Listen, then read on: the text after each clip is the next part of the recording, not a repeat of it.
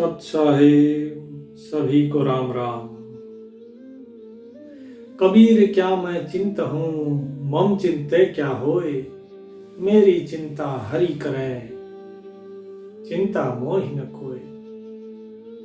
सतगुरु कबीर साहब कहते हैं कि भाई मैं क्या चिंता करूं और क्यों चिंता करूं।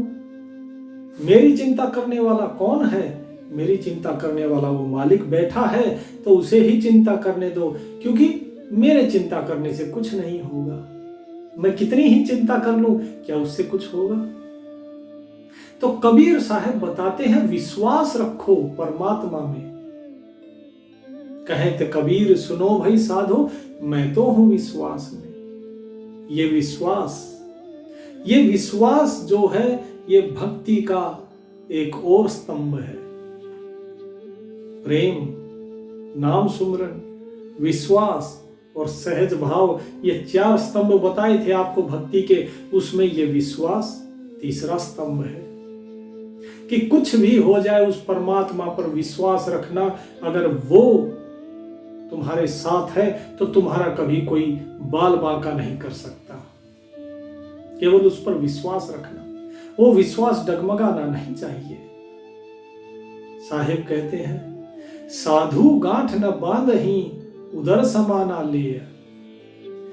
आगे पीछे हरि खड़े, जब मांगे तब दे। कि जो साधु है वो कभी गांठ नहीं बांधते। साधु तो वो है जो किसी चीज का संग्रह करके ना रखे। वो सिर्फ इतना ही लेता है जिसमें उसका पेट भर जाए।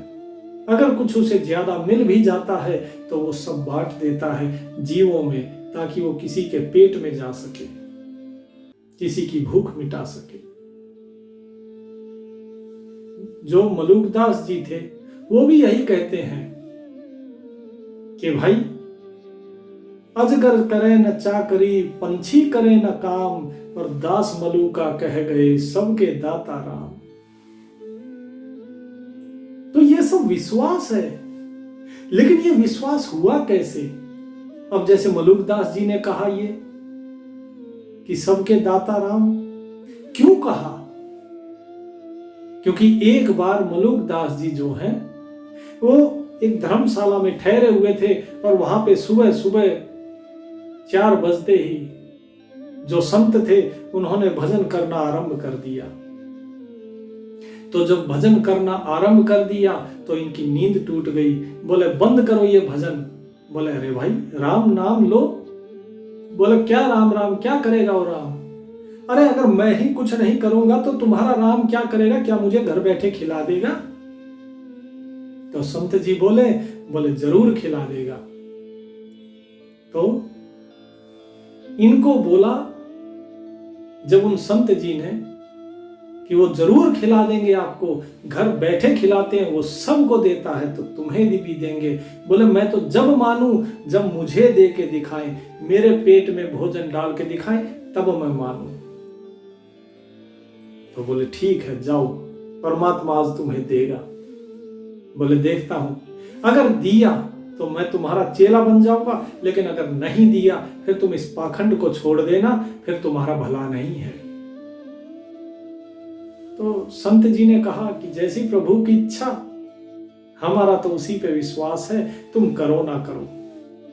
तो इन्होंने सोचा कि चलो मैं एक काम करता हूं, यहां तो कोई पूछ लेगा मुझसे, मैं चलता हूं कहीं जंगल में जहां कोई मुझे देखने वाला भी ना हो, जहां ना भोजन मिले कुछ नहीं। तो ये गए जंगल में, और जंगल में जाके बड़े से पेड़ पे ऊपर चढ़ गए और छुप गए। अब इन्होंने सोचा कि अब यहां तो कोई पूछने वाला भी नहीं है, अब देखता हूं कैसे भगवान मुझे देता है। तो नीचे से जो है बंजारे गुजर रहे थे। उन बंजारों ने सोचा कि चलो यहां पे भोजन कर लेते हैं, क्योंकि इसके बाद रास्ता लंबा है। वो भोजन बनाने लगे। भोजन बना के जब बांधने लगे, तैयार कर लिया, तभी जो है आवाज आई डाकू आ गए, डाकू आ गए। तो ये सारे जो बंजारे थे उन्होंने भोजन भाजन छोड़ के अपना सामान समेटा और चल दिए। अब ये ऊपर बैठ के देखे कि भाई भोजन तो आ गया, इतने जंगल में मैं आया हूं और यहां भी भोजन तो आ गया, तो महात्मा जी की बात कुछ तो सच है, लेकिन मैं खाऊंगा ही नहीं। और जब मैं खाऊंगा ही नहीं तो मेरे पेट में भोजन जाएगा कैसे? तो इतनी देर में डाकू आ गए। अब डाकू आ गए, उन्होंने देखा, बोले अरे भोजन। तो एक ने कहा, बोले सरदार बहुत भूख लगी है, पहले भोजन कर लेते हैं फिर आगे देखते हैं। बोले नहीं, हमारे लिए जंगल में भोजन कौन छोड़ेगा? ये जरूर किसी की चाल होगी, राजा के सिपाहियों को पता लगा होगा, उन्होंने जरूर इस भोजन में विष मिलाया होगा ताकि डाकू खाए और मर जाए, ये भोजन नहीं खाना। तो जो उनका साथी था बोला, अरे सरकार, यहां जंगल में कौन जहर मिलाने के लिए आएगा, बहुत भूख लगी है। बोले नहीं, अगर भोजन यहां है तो जहर मिलाने वाला भी जरूर मिलेगा, बिना किसी के लाए भोजन कैसे आ सकता है जंगल में? तो उन्होंने कहा कि ढूंढो, अगर भोजन यहां है तो मिलाने वाला भी मिलेगा। तो उनमें से एक ने कहा, बोला सरदार, अगर हमें वो मिल गया तो उसके हाथ पैर काट देंगे। तो ये बेचारे डर गए पेड़ पे बैठे हुए। इन्होंने सोचा मैं थोड़ा और ऊपर सरक लाऊं ताकि जो है इनको दिखाई ना दो। अब ये थोड़ा सा और ऊपर सरके तो पत्ते हिले। बोले सरदार, पेड़ पे कोई है, हिल रहा है ऊपर पत्ते। बोले पकड़ो, उतारो उसे। बोले नीचे आ जाओ, जो भी है, अगर ऊपर आ गए हम तो जान से जाओगे, नीचे आओ जल्दी। अब ये बेचारे डरते और कांपते हुए नीचे आए कि आज तो बुरा फंसा। और बोले ये भोजन, इसमें जहर मिला है तूने? बोले महाराज, मैंने कोई सरदार, मैंने नहीं कोई जहर मिलाया, मेरा नहीं है भोजन। बोले तेरा भोजन नहीं है तो किसका है? इसमें तूने जरूर जहर मिलाया है। बोले सरदार, मैंने नहीं मिलाया है। डाकू महाराज, मुझे छोड़ दीजिए, मैं तो वैसे ही यहां पर आ गया था। बोले वैसे कैसे आ गया तू? ये भोजन क्या अपने आप चल के आ गया यहाँ पे तू है और भोजन है और कोई है ही नहीं, खा के दिखा इसे। अगर जहर नहीं है तो खा के दिखा। बोले नहीं, कुछ भी कर लो, ये नहीं खाऊंगा मैं। बोले तू कैसे नहीं खाएगा? उसने तोड़ी एक बैत और पटापट मारना शुरू किया। बोला खा। और मलूकदास जी की हालत खराब, बेचारों ने उसके बाद पिटाई के डर के मारे उन्होंने जो है भोजन खाना शुरू किया। और जब खाना शुरू किया तो पूरा पेट भर के खाया और डकार ली। और डकार लेने के बाद बोले महाराज, बहुत बहुत धन्यवाद। बोले धन्यवाद क्यों? बोले आज मैंने प्रण किया था कि मैं भोजन नहीं करूंगा। बोले ऐसा प्रण क्यों किया? बोले क्योंकि एक संत ने कहा था कि परमात्मा सबको देता है, वो चींटी को भी देता है, वो हाथी को भी देता है। तो हाथी जो है, कहते हैं ना, धीरज धर के कारणे हस्ती सवामन खाए, और एक टूक के कारणे स्वान घरे घर जाए। कि धीरज रखता है, धैर्य रखता है वो हाथी कि परमात्मा देगा, इसीलिए उसे सवामन भी मिलता है। चींटी को एक कण और हाथी को एक मन, ये सबको देता है परमात्मा। ऐसा उन साधु जी ने कहा था, उन संत जी ने। मैंने कहा अगर वो मुझे दे तब मानूं मैं, और इसीलिए मैं यहाँ जंगल में आके छुप गया ताकि कोई मुझे भोजन न दे सके। लेकिन देखिए परमात्मा की कृपा, भोजन भी आया, और जब मैंने नहीं खाना चाहा तो आपने मार मार के खिलाया, तो भोजन तो मैंने पाया है। तो परमात्मा ने आज मुझे शिक्षा दी कि वो है और वो देता है। तो जो डाकू थे उनका भी हृदय जो है वो बदल गया। उन्होंने सोचा जब परमात्मा सबको देता है तो हमें क्यों नहीं देगा। उन डाकुओं ने भी अपने हथियार डाल दिए और आत्मसमर्पण कर दिया और प्रभु भक्ति में लग गए। और ये जो मलूकदास जी थे ये भागे और जाके वहां पर धर्मशाला में पहुंचे और संत जी के पैर पकड़ लिए और उन्हें अपना गुरु धारण किया। बोले महाराज, परमात्मा ने दिया, मुझे खिलाया, और आज तो ऐसा खिलाया कि संसार में किसी को नहीं खिलाया होगा।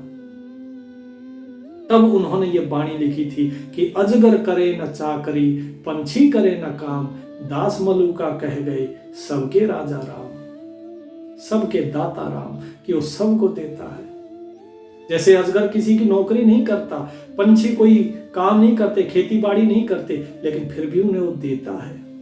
तो वही चीज कबीर साहब कह रहे हैं, चिंता न कर अचिंत रहो, देनहार समरथ, पशु पंखेरु जीव जंत, तिनके गांठ न हथ। कि भाई चिंता मत करो, बेफिक्र रहो, क्योंकि वो परमात्मा जो है वो सबको देता है। वो इतना समर्थ है कि जो परमात्मा के आधार पे है, जो सच्चे दिल से उस परमात्मा के आधार पे हो गया, उसे सब कुछ मिलता है। अब देखो, पशु हो, पक्षी हो, जीव जंतु कोई भी हो, उनके पास कोई गांठ तो है नहीं। वो झोली टांग के गांठ बांध के तो नहीं रखते ना, तिजोरी तो भर के नहीं रखते, गोदाम के गोदाम भर के नहीं रखते। उनके पास कुछ नहीं है, ना हाथों में वे लेकर चलते हैं, फिर भी उन्हें भोजन मिलता है। हर एक को मिलता है, कोई भूखा नहीं मरता। भूखा मरता है तो सिर्फ इंसान, जो उगाना जानता है फिर भी भूखा मरता है। तो ये साहिब यहां बता रहे हैं, अंडा पाले काछुई, बिन थन राखे पोख, यों करता सबकी करे, पाले तीनों लोग।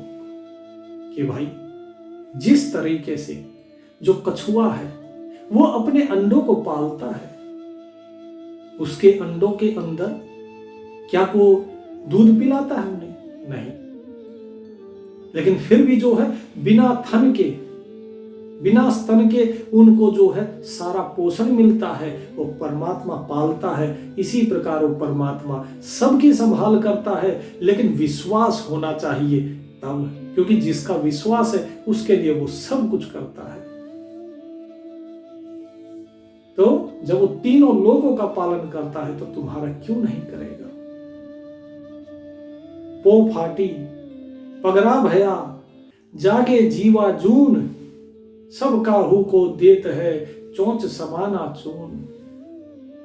कि सुबह होती है, पौ फटती है, सूर्य उदय होता है, सवेरा होता है, और उसके बाद जितने जीव जंतु हैं, जितनी जूनियां है, सब जाग जाते हैं नींद से, और उसके बाद वो सब का पेट भरता है।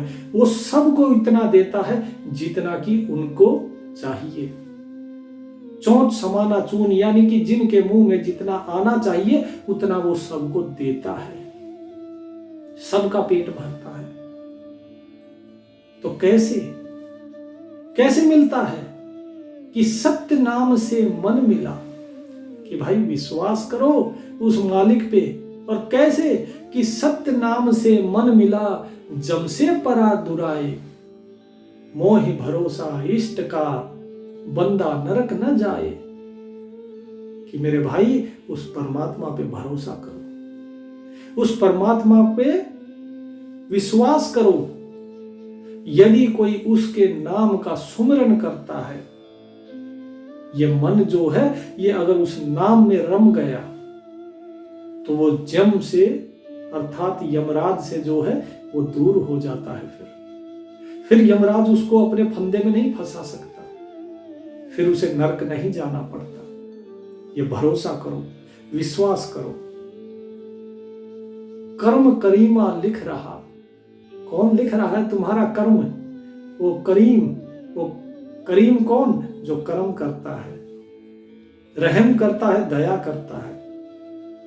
वो दयालु जो है वो लिख रहा है, कर्म करीमा लिख रहा, अब कुछ लिखा न होए, मासा घटे न तिल बढ़े, जो सिर फोड़े कोय। कि तुम कितना ही पोथियों में सर मार लो, कितना ही कुछ भी कर लो, होगा वही जो उसने, परमात्मा ने तुम्हारे भाग्य में लिख दिया, वो होनी होकर ही रहेगी।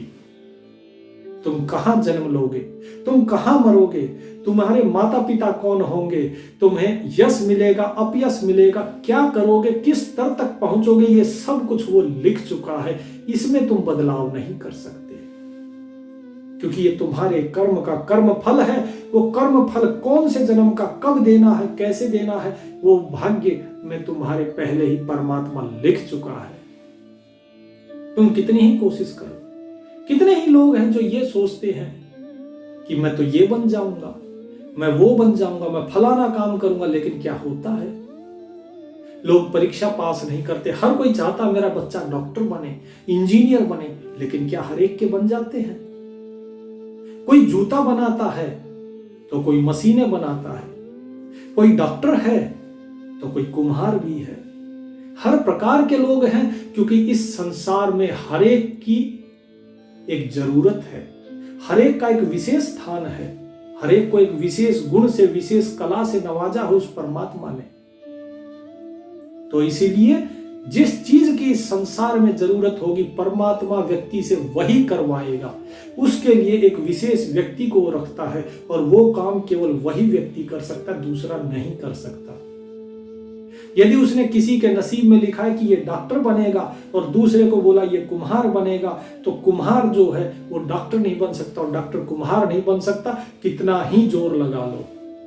घूम फिर के वो अपनी लाइन बदल के वहीं पे आ जाएंगे।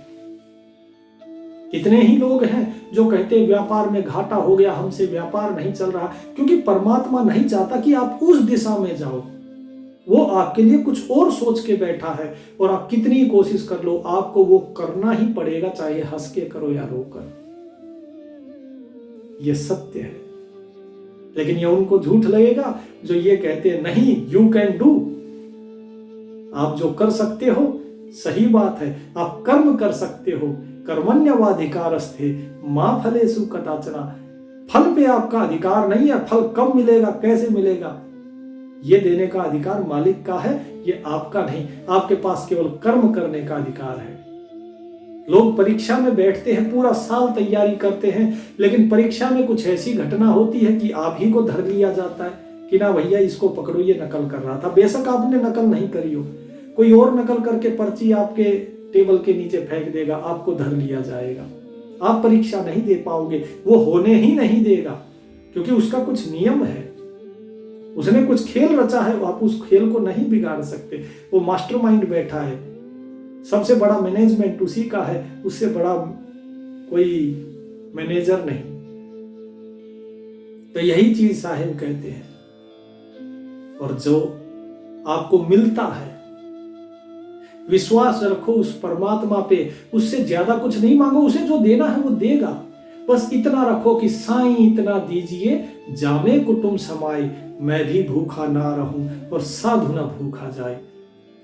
उससे मांगना है सिर्फ इतना ही कि परमात्मा इतना ही देना जिसमें मेरा पेट भर जाए, मेरे कुटुंब का पेट भर जाए, मेरे परिवार का पेट भर जाए, और ना मैं भूखा रहूं। और यदि कोई मेरे घर पे आता है तो भूखा नहीं जाना चाहिए, मेरे दर से कोई भी भूखा ना जाए।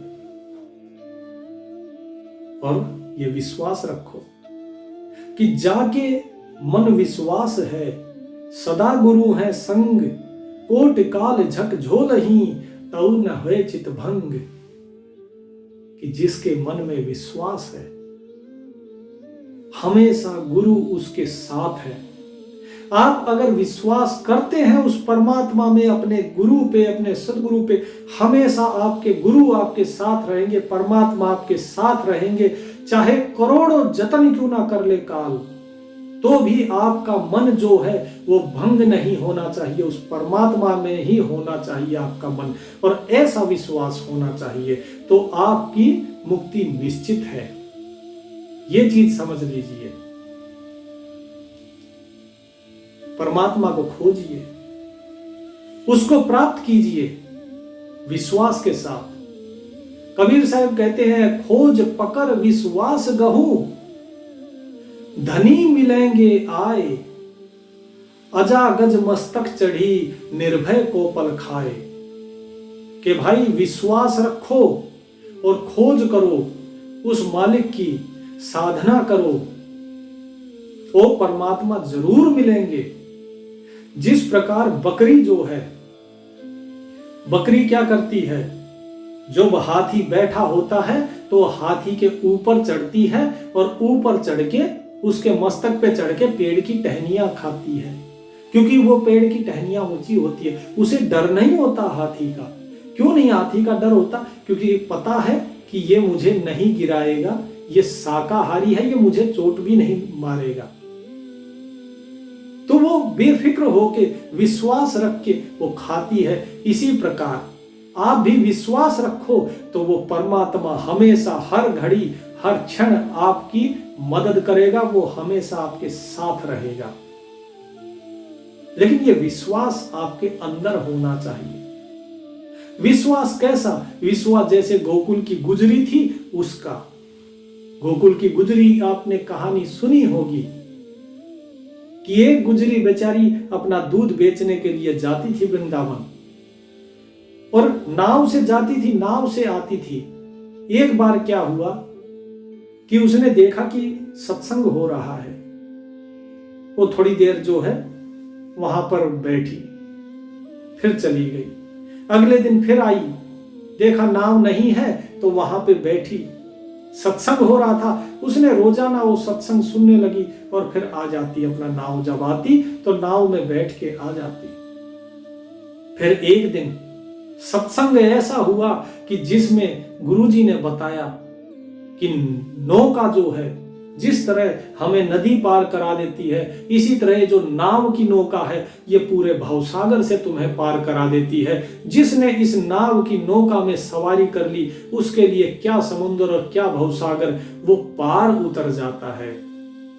गुजरी के हृदय में ये बात बैठ गई तो गुजरी तुरंत उठी कि जब नाव की नौका पे ही चढ़ के अगर भवसागर से पार किया जा सकता है तो ये तो एक छोटी सी नदी है, इस पे क्या इसके लिए नाव का जो है इंतजार करना। वो उठी और राम राम करती करती और अपना चल दी।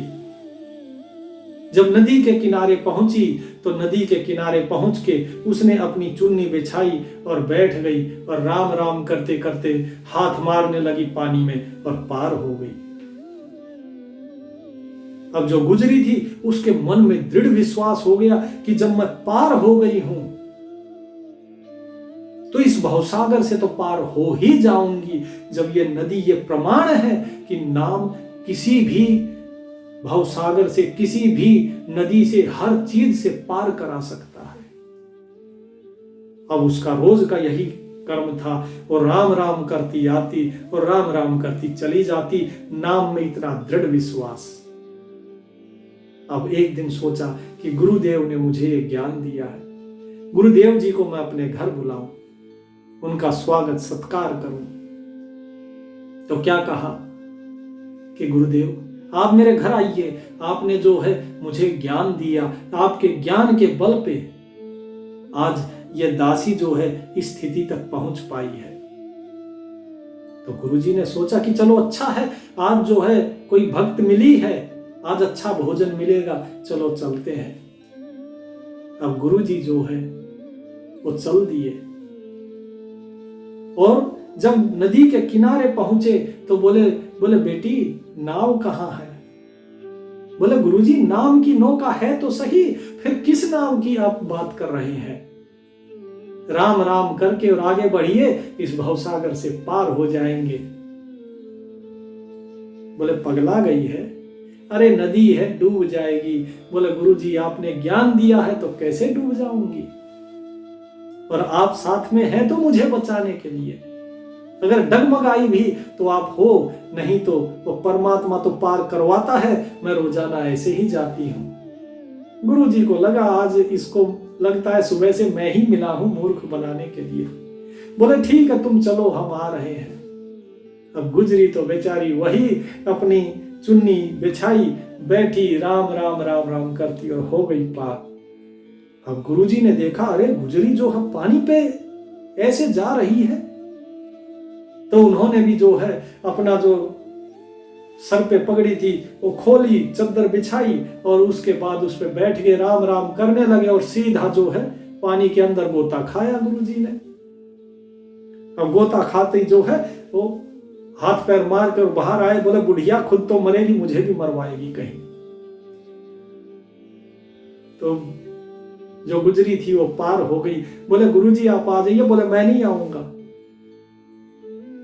बोले इसका मतलब तुमने सिर्फ पोथियां पढ़ी हैं, तुम संसार को कहते हो नाम का विश्वास करो, तुमने कभी विश्वास किया नहीं। गुरुजी मेरी तरह नाम पे विश्वास कीजिए, आप पार हो जाओगे। लेकिन गुरुजी थे वो तो गोता खा चुके थे, अब उन्हें विश्वास जो थोड़ा बहुत अगर होता भी वो भी नहीं रहा। तो जो नाम पे विश्वास रखता है, जो मालिक पे विश्वास रखता है, वो पार होता है, और जो नहीं रख पाता वो डूब जाता है। तो ये वाणी गुरु ग्रंथ साहिब में, सूक्ष्म वेद में और बहुत से जो प्रसिद्ध कहानियां हैं उनमें हर जगह आपको ये मिल जाएंगी। बहुत से पुराणों में भी ये कहानी आपको मिलेगी। तो कहने का अर्थ ये है कि विश्वास ही आपको पार लगा सकता है।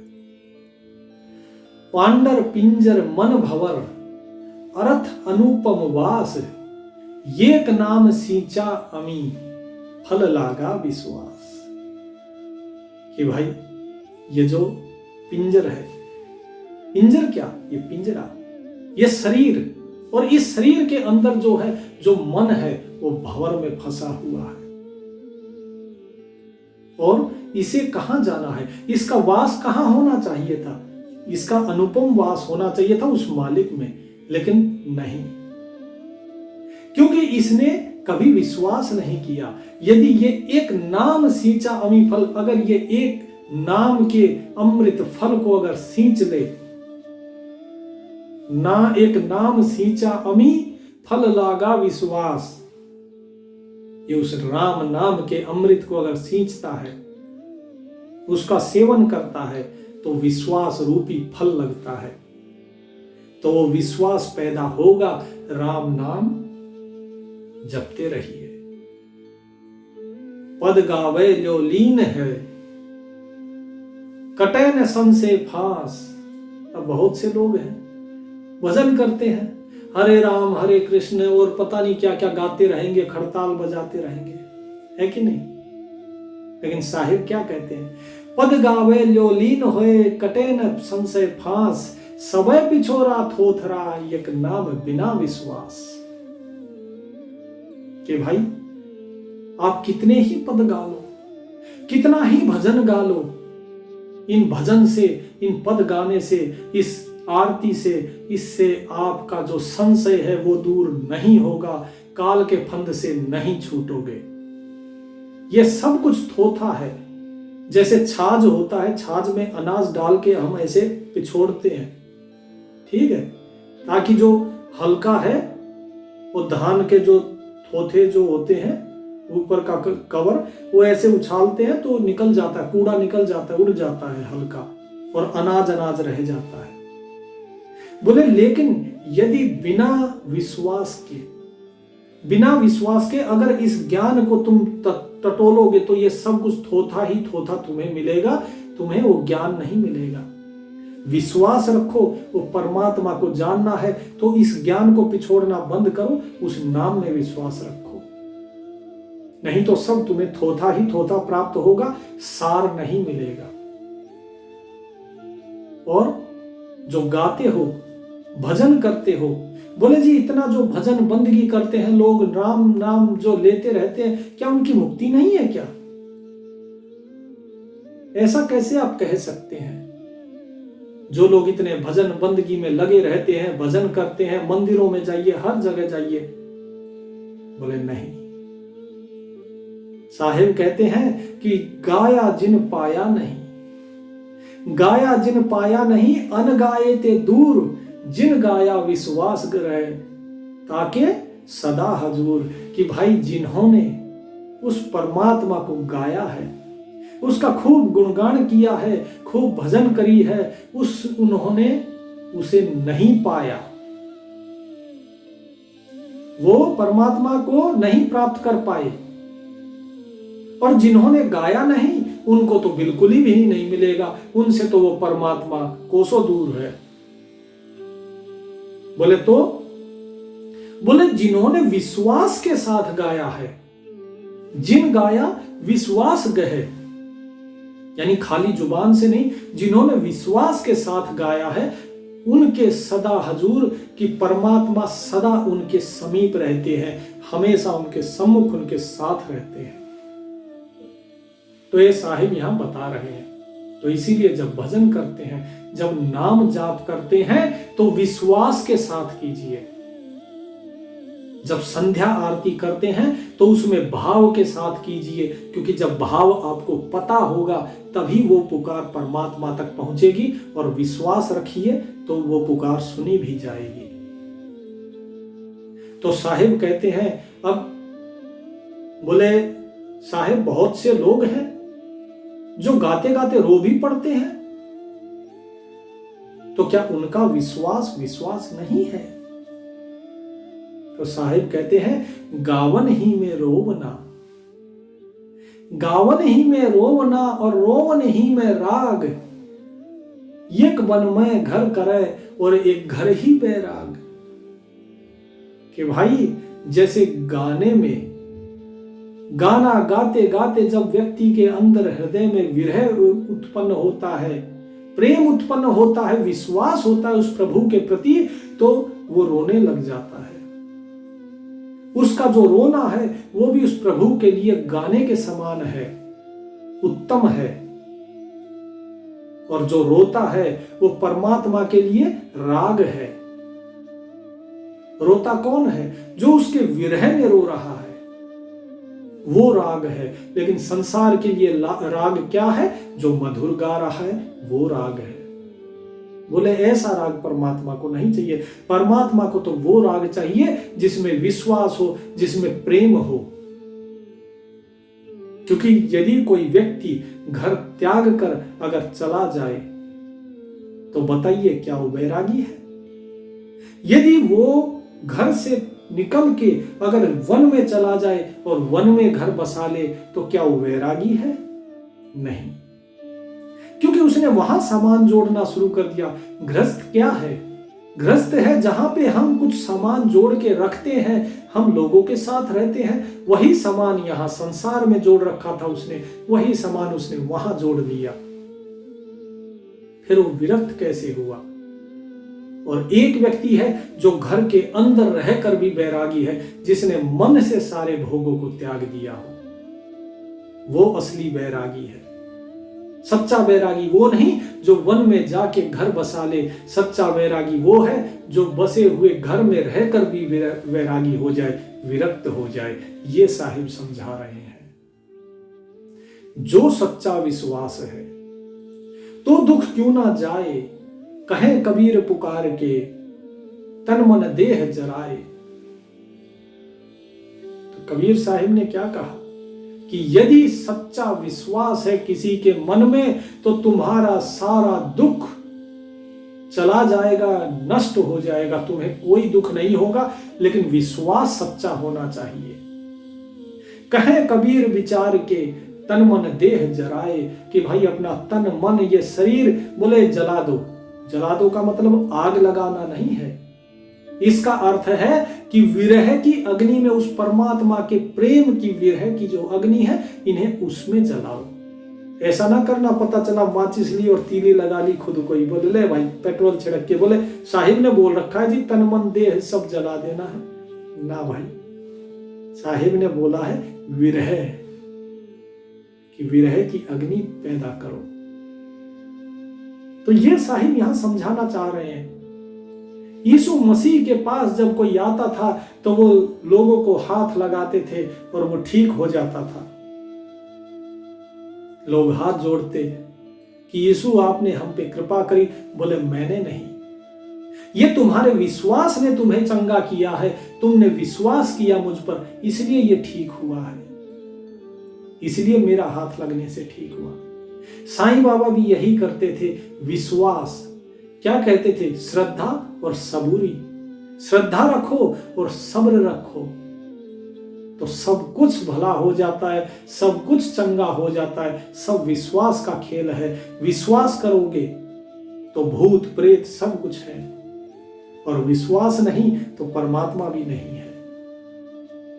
तो इसीलिए यहां पर विश्वास के बारे में साहिब बता रहे हैं, ये विश्वास करो। और जो विश्वासी है उसे क्या करना चाहिए? विश्वासी होए गुरु भजय, विश्वासी होए गुरु भजय, लोहा कंचन होए, नाम भजय अनुराग ते, हर्ष शोक नहीं दोए। कि भाई जो विश्वास रखता है अपने गुरु में और भजन बंदगी करता है, वो लोहे से कंचन हो जाता है, अर्थात लोहे के गुण छोड़ के उसमें सोने का गुण आ जाता है, उसकी चमक बढ़ जाती है और निर्मल हो जाता है। और नाम भजे अनुराग ते, और अनुराग अर्थात प्रेम, जो प्रेम के साथ प्रभु का नाम लेता है वो हर्ष और शोक इन दोनों से परे हो जाता है। तो भाई परमात्मा पे भरोसा रखो, उस पर विश्वास रखो। ये विश्वास बहुत बड़ी ताकत है। जब तक व्यक्ति को विश्वास नहीं होता तब तक नाम बेकार है। लोग कहते हैं कि हम नाम जाप करते हैं, हम अजपा तक पहुंच गए, हम अजपा जाप करते हैं, हमें ये दिखाई देता है, हमें वो सुनाई देता है। ये सब तो तनका है, ये सब तो पिंड में है। तुम्हें चाहे शंख सुनाई देते हो, घंटे की आवाज सुनाई देती हो, वीणा की आवाज सुनाई देती हो, कोई भी आवाज सुनाई देती हो, आपको कुछ भी दिखाई देता हो, लेकिन परमात्मा की प्राप्ति तब तक नहीं है जब तक उस नाम में विश्वास नहीं है, जब तक गुरु की कही जो बातें हैं, जो ज्ञान है, उसमें विश्वास नहीं है, तब तक उस परमात्मा की प्राप्ति संभव नहीं है। इसीलिए कहता हूं कि जो बताया जा रहा है उस पर यकीन करो, विश्वास करो तो सब कुछ मिलेगा। यदि सिर्फ शंका करते रह जाओगे, ये तो ऐसे है, ये वैसे है, फलाने गुरु ने ये बताया, यूट्यूब पे ये बताया, फेसबुक पे ये बताया, बोले जी हमने ऐसा सुना, रामायण में ये, गीता में वो, तो सिर्फ इन भ्रम जाल में ही, शब्द जाल में फंस के रह जाओगे। मैं जो गीता का सार बताता हूं या जो रामायण का सार बताता हूं, ये वो सार है, ये गूढ़ ज्ञान है। इस गूढ़ ज्ञान को केवल धारण करो, स्थूल चीजों को नहीं। स्थूल को पकड़ोगे तो भ्रम में भटक जाओगे, और सार को अगर ग्रहण करोगे तो पार उतर जाओगे। तो इसीलिए जो सार बताया जा रहा है उस सार को समझिए, जो नाम है उस नाम को भजिए विश्वास और प्रेम के साथ, तो परमात्मा मिलेंगे भी और कल्याण हो जाएगा। सत साहेब।